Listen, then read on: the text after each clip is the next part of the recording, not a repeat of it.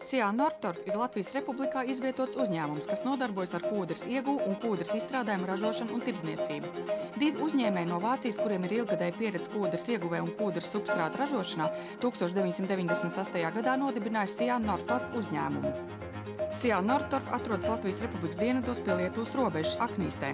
Aptuveni 6000 kvadrātmetru lielajā rūpnīcā izvietotas 7 ražošanas līnijas kūdras un kūdras substrātu iepakošanai. SIA Nortorf un ar to saistītajiem uzņēmumiem SIA LTL un SIA Cesvainas kūdra apsaimnieko 5 kūdras purvus, kuriem ir piešķirta licence uz daudziem gadiem. Visu purvu kopējā kūdras iegūs izmantojamā platība veido 2880 hektārus. Visu 5 purvu platību kopā veido 3050 hektārus. Visos 5 purvos kūdras krājumi veido kopā apmēram 40 miljonus kubikmetrus.